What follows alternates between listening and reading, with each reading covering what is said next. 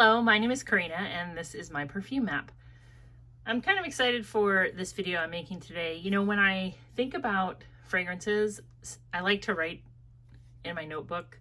I'll pick out like a note in a fragrance and then I'll think about other fragrances I have and I'll kind of look at the perfumers and see if I can draw parallels with other perfumes. And sometimes I make a connection that I'm kind of excited about, and this is one of those times. So I hope you enjoy this video and let's just get right into it. So I'm going to talk about the note of pineapple. I like pineapples. I like the way pineapples smell.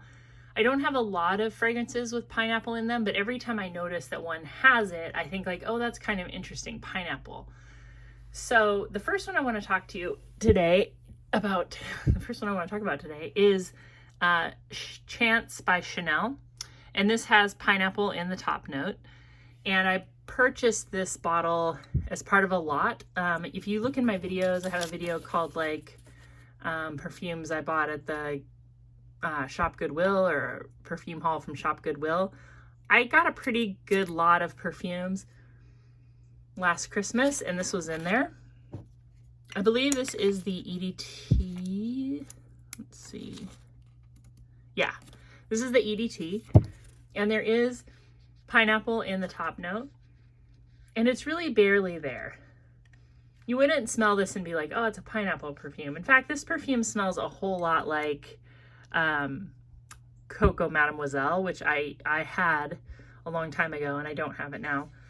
But it's got that same kind of patchouli, musky, woody, slightly fruity thing going on. This is lighter. This is a newer fragrance than Coco Mademoiselle. And one thing about Chanel that I always like to bring up that I think is really interesting is that Chanel is a lot different than most perfume houses that are popular today. And what makes Chanel different is that they are creating their own fragrances. And you might be wondering what I'm talking about. Like, doesn't Kilian make their own fragrances? They don't.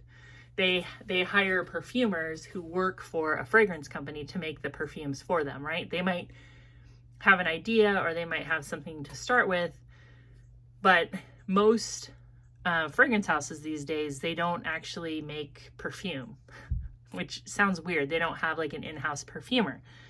So with this Chanel, this was made by Jacques Polge, and he was the perfumer for Chanel for a long time. Right now it's his son. It's either Olivier or Oliver Polge is the perfumer for Chanel. So Chanel doesn't go out and buy accords. They make them. They also still produce their own fragrances from like flowers. Like they have fields that they harvest and make fragrances from. Like I think Chanel, even though people are upset right now because they're raising their prices, like I don't think that they're the same as most other fragrance companies. I don't know which other companies do this. Even like Dior, who has an in-house perfumer, I'm not sure how they do it, but they also have a parent company. Chanel does not have a parent company. You know, I was listening to like a podcast the other day, and the people on the podcast were like, is Chanel under LVMH? And I'm like, are they serious? Like, no, Chanel's not under Louis Vuitton, Moet, Hennessy. They're Chanel. And I just think like that's, if you smell Chanel fragrances and you're like, they smell totally different, a lot of times people are saying that in a negative way. A lot of that is because Chanel is different. Anyway, there's a pineapple note. And this is probably the most expensive one I'm going to show you. The next one I wanted to show you is Vanderbilt by Gloria Vanderbilt. I believe this came out in the 80s, could have even been 70s. And this has a more recognizable pineapple note. It doesn't smell like a sweet, juicy pineapple. It's kind of more like if you were assessing whether or not to buy a certain whole pineapple and you kind of smelled the bottom of the pineapple to see if it was ready. There is, again, I think the pineapple is in the top notes. This one though has a lot of musk and sandalwood and lavender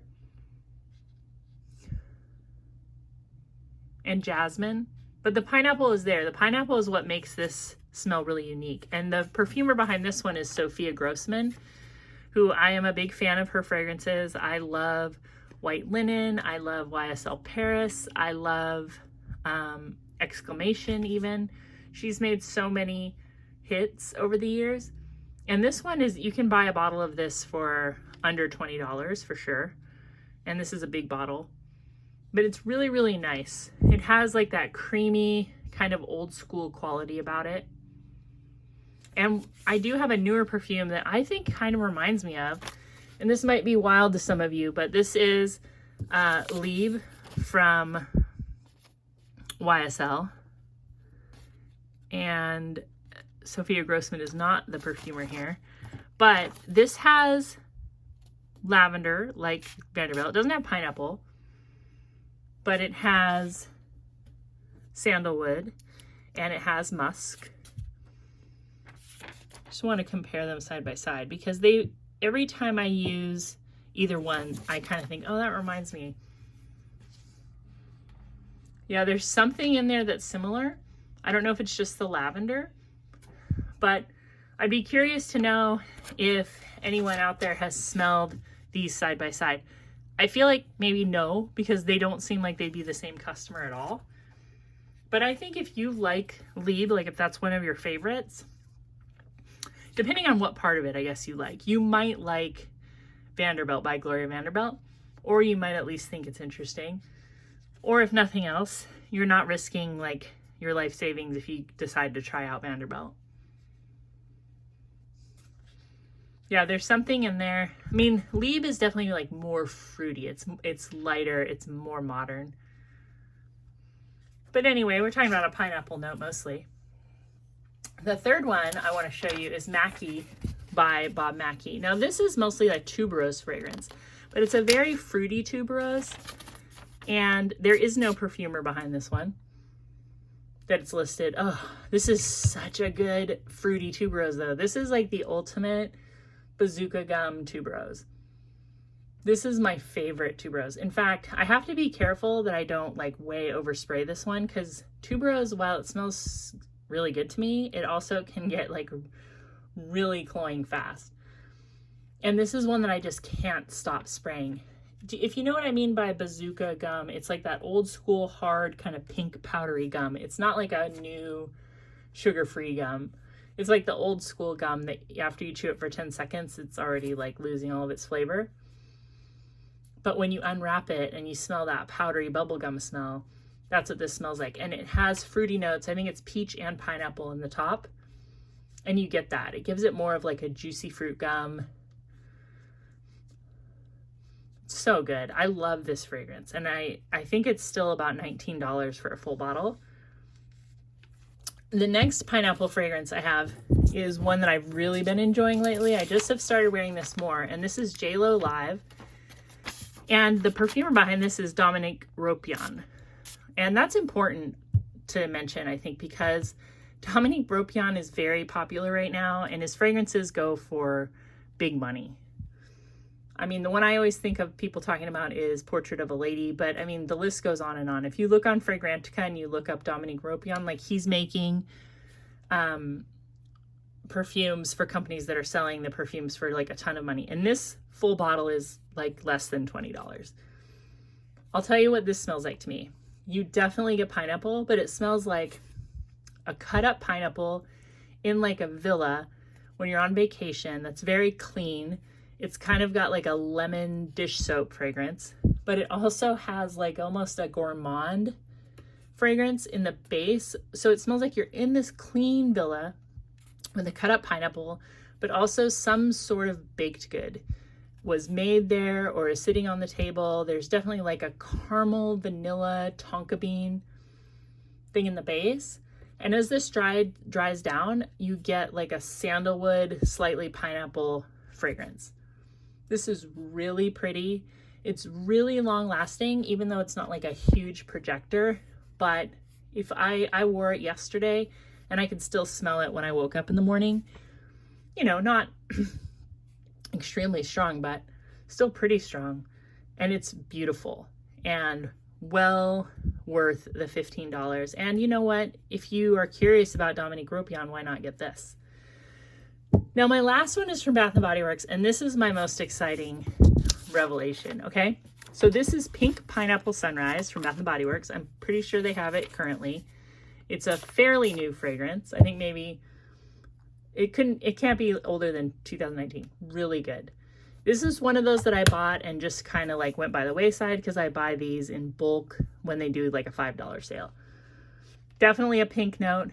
The most obvious pineapple of all of these fragrances. I mean, it is a sweet, juicy pineapple. And then sun-drenched nectar. So it's a fruity, sugary, sweet, pink pineapple smelling fragrance. This is the best part. The best part is that the perfumer is Gabriella Calario. Okay? Gabriella Calario. And she also created my current like Bath & Body Works Crush Saltwater Breeze, which doesn't have pineapple, but it's just that ultimate blue beachy scent, right? But she also created You're the One by Bath & Body Works, which is a really nice white birch, rose, and strawberry fragrance. But do you know what this perfumer has also created? Almost every Kayali fragrance that is popular. Vanilla 28, the Wedding Silk Santal, the new candy one, the lychee one, the Eden Juicy Apple one. I mean, this is the perfumer that is making like every Kayali hit after hit. Gabriella Calario. And she makes fragrances for Bath & Body Works. And she also created Strawberry Letter by Fleur. And this is a strawberry fragrance that she created for Bath & Body Works. I'm here as a channel that wants to express like value options to you. Like that is where I get really excited. I like bang for your buck. I like knowing where the perfumers are, who they work for, and who else they're making fragrances for. And I think this Pink Pineapple Sunrise is underrated. I think Saltwater Breeze is underrated. This one's new to me, the You're the One, but I like that one a lot too. And why spend hundreds of dollars on fragrances when the same perfumer is making perfumes for Bath & Body Works? I haven't compared these. I haven't smelled Strawberry Letter. I smelled Vanilla 28 once, but I haven't smelled any other Kayali perfumes. But what about you? Are you a Kayali fan? And do you also shop at Bath & Body Works? Do you have this one? Could you compare it to Kayali? Does this smell like Strawberry Letter? I don't know. You tell me. I'm just here to like pass on the message that you can buy big name perfumer fragrances at like a fraction of the cost, and it's not even hard. Anyway, I hope you had a great day. Please leave your favorite pineapple fragrances or your favorite pineapple fragrance in the comments. Let me know what I'm missing. Let me know if you have any of these and what you think of them, and I'll talk to you really soon. Thank you. Bye-bye.